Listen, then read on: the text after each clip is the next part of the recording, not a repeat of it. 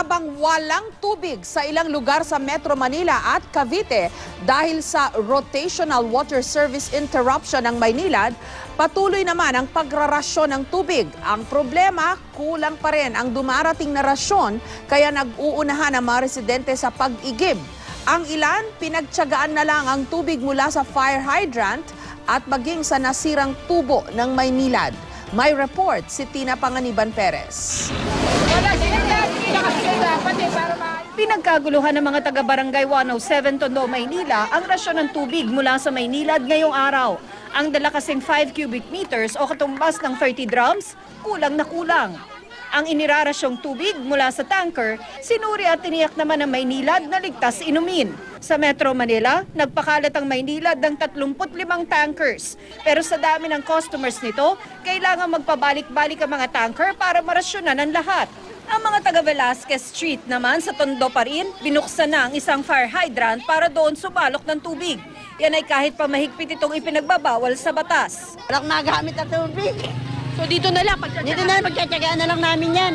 Habang ang mga batang ito naman sa isang sirang tubo ng Maynilad na nag-igib. Pagtsatsagaan na lang daw nila ito kahit kulay lupa ang tubig. Pangligo lang naman yan, ma'am. Ang dumi niyan, panligo ninyo? Oo. Walang marumi sa taong gusto maligo. Hindi na lang mga ordinaryong customer ang apektado ng rotating water interruption ng Maynilad. Maging ang ospital na ito, napilitang magbawas ng operasyon para hindi naman makompromiso ang kanilang kalinisan. Hindi namin kakayanin yun. So talaga ang tinatanggap namin yung emergency cases lang at saka yung mga naka-schedule for cesarean sections. Ayon sa Maynilad, walang dapat ipag-alala dahil prioridad na masuplayan ng tubig ang mga ospital. Pero kung ang ibang lugar sa Maynila, tila natuyuan na. Ang ibang lugar naman, nagbistulang selebrasyon ng Wata Wata Festival dahil sa dami ng tubig. Yan ay matapos bumulwak ang tubig mula sa nasirang tubo ng Maynilad.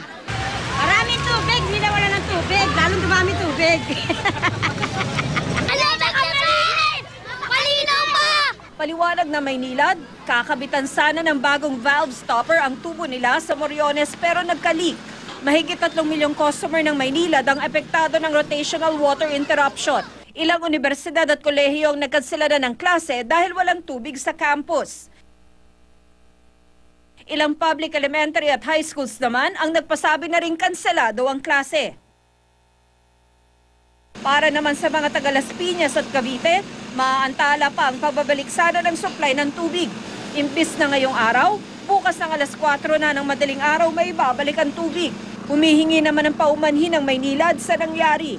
Hindi na raw muna nila papaalisin ang mga tangke sa lugar para magpatuloy sa pagrarasyon ng tubig. Samantala, naghain ng petisyon ang Bayan Muna Party List sa Korte Suprema para pigilan ng gobyernong bayaran ang mga naluging kita ng mga kumpanyang Manila Water at Maynilad.